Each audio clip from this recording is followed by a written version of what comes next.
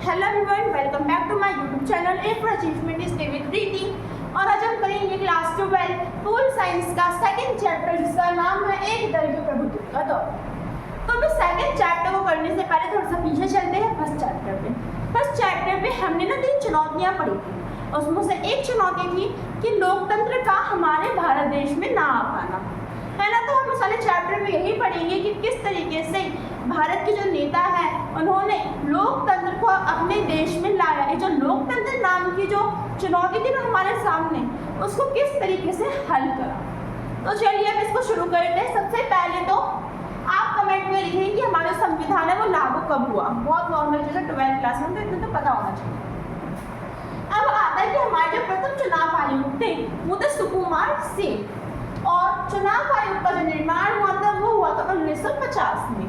अब क्या हुआ, जब भारत में चुनाव की दृष्टि से कुछ समस्या भी आई, है ना, कि जब चुनाव हुए, क्योंकि देखो चुनाव करवाना बहुत आसान बात नहीं हुई, बहुत बड़ा काम है चुनाव करवाना, वो भी इतनी बड़ी जनसंख्या वाले देश में, तो बहुत बड़ा काम है।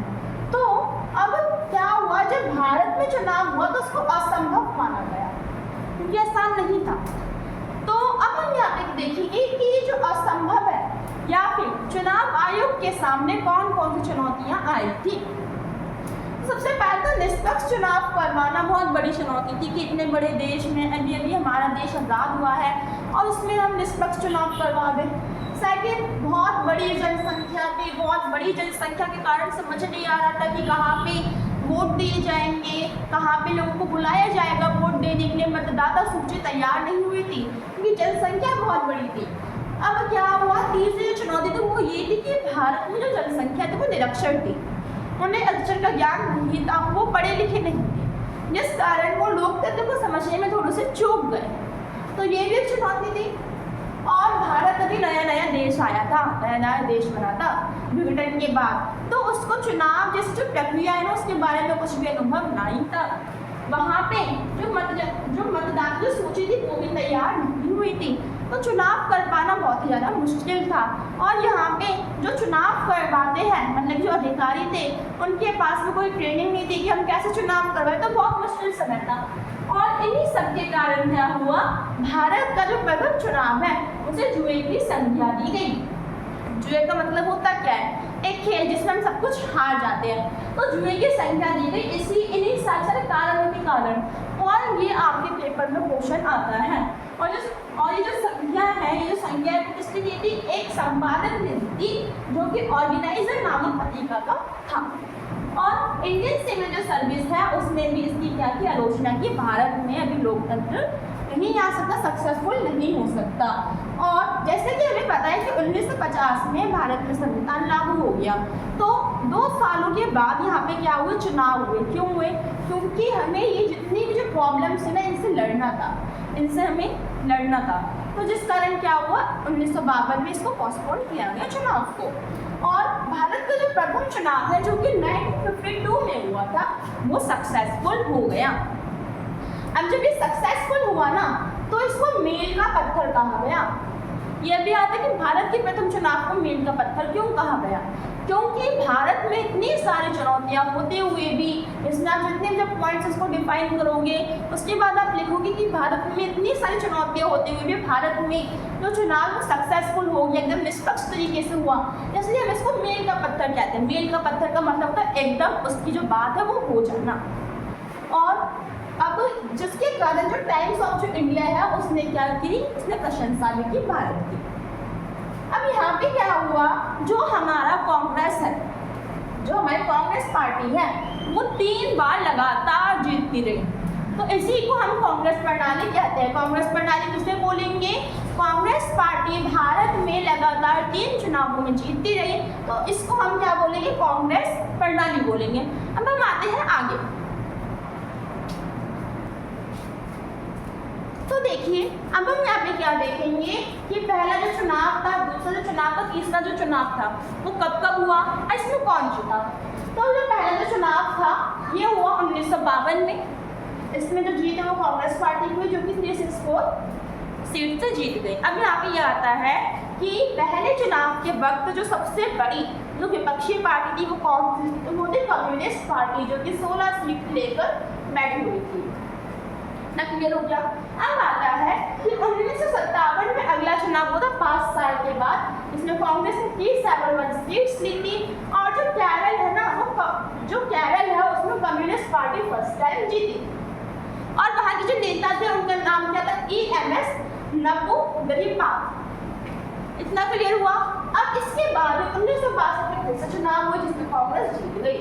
तो लगातार 3 चुनावों में जो कांग्रेस है वो जीत गई, जिसको हम कांग्रेस प्रणाली बोलेंगे। अब एक क्वेश्चन हमारे मन में जरूर आता है कि जो हमारे देश में इतनी सारी पार्टियां थी, बहुत सारी थी, तो तब भी जो कांग्रेस पार्टी बार बार क्यों जीत रही है ना। तो इससे आपको क्वेश्चन आता है पेपर में। तो देखिए इसके कारण कि सबसे पहले तो कांग्रेस जो पार्टी है इसकी स्थापना 1885 में हुई थी, वो यूं नहीं करवाई, इसको याद रखना है। तो क्या हुआ, ये जो पार्टी थी स्वतंत्रता संग्राम में भागीदारी लेने वाली एक पार्टी थी। अब आप सोचिए कि अभी अगर हमारे नेता के रूप में कोई ऐसा व्यक्ति आ जाए जिसने हमारे भारत को आज़ाद करवाया, तो हम उससे जिताएंगे, उसने हमें आज़ाद करवाया। तो इसी तरीके से स्वतंत्रता संग्राम में इसने बहुत बढ़ चढ़ के भाग लिया था। इसने कांग्रेस पार्टी है तो इसने जीत गई।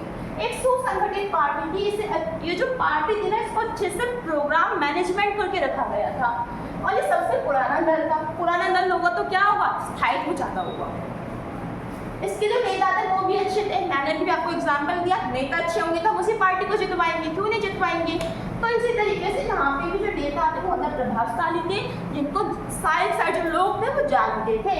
और जो कांग्रेस पार्टी है इसका जो नेटवर्क है, नेटवर्क का मतलब कि इसको अगर हम बात करें कि हमारे देश का कोई भी ऐसा इलाका नहीं है जो कांग्रेस को नहीं जानती है, तो जो नेटवर्क है ना वो सब पूरे के पूरे देश में फैला हुआ था।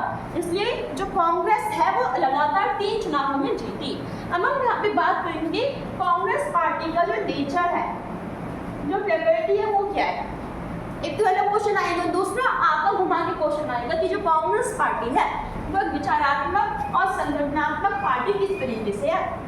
तो ये आपके पास 2 क्वेश्चन आएंगे, लेकिन इसका आंसर सेम है। अगर हम बात करें कि कांग्रेस पार्टी विचारात्मक पार्टी क्यों, तो इससे पहले ये समझ लो कि भाई जो कांग्रेस पार्टी के जो नेता है ना, उन्होंने अपने आप को इतना ज़्यादा अच्छा बनाया था कि उनमें जितने भी लोग शामिल थे, जितने भी देश के अलग अलग जो विचारधाराएं थी, अलग अलग जो समूह थे, वो सारे के सारे शामिल थे।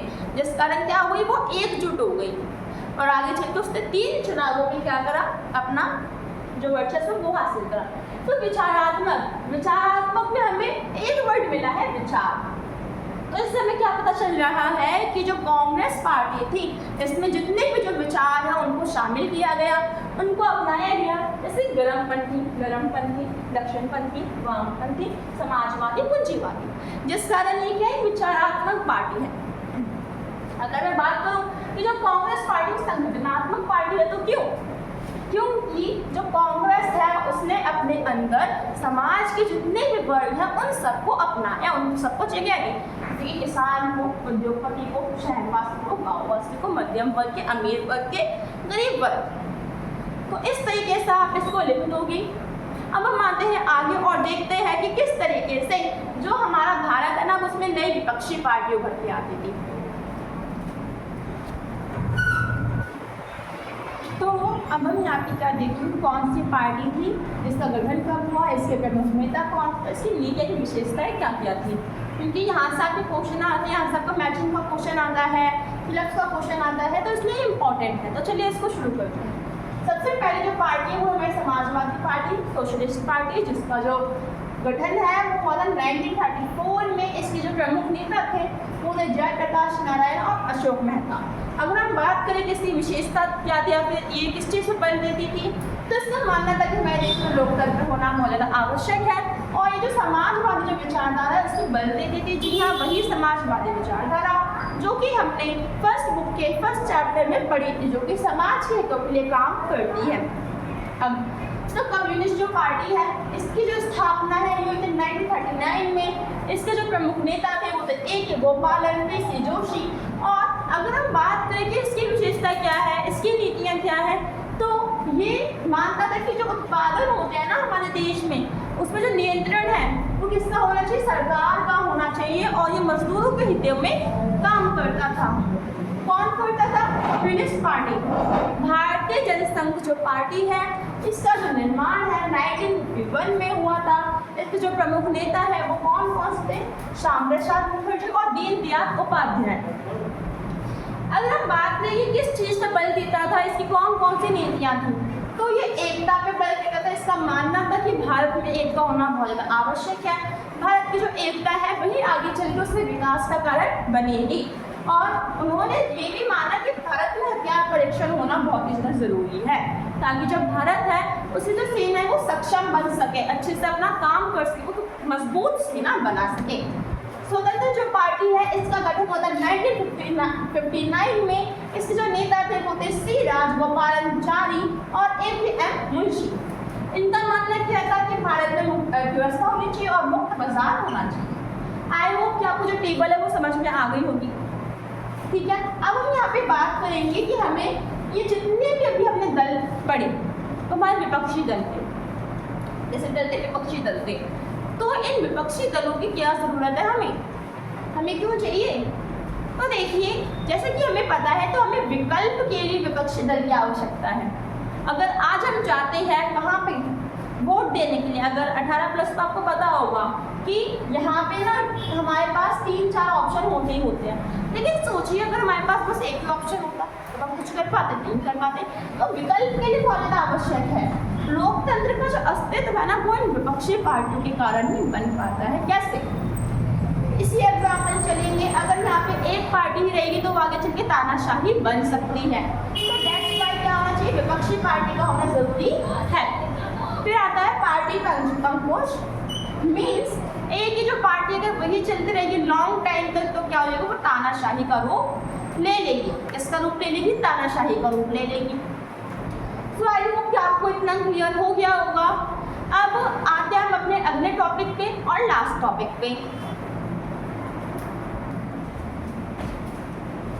तो अब आप ये जो देख रहे हो ना, बस यही है आपका लास्ट टॉपिक कि PRI जो कि मैक्सिको की पार्टी थी और भारत की पार्टी कांग्रेस की क्या अंतर है।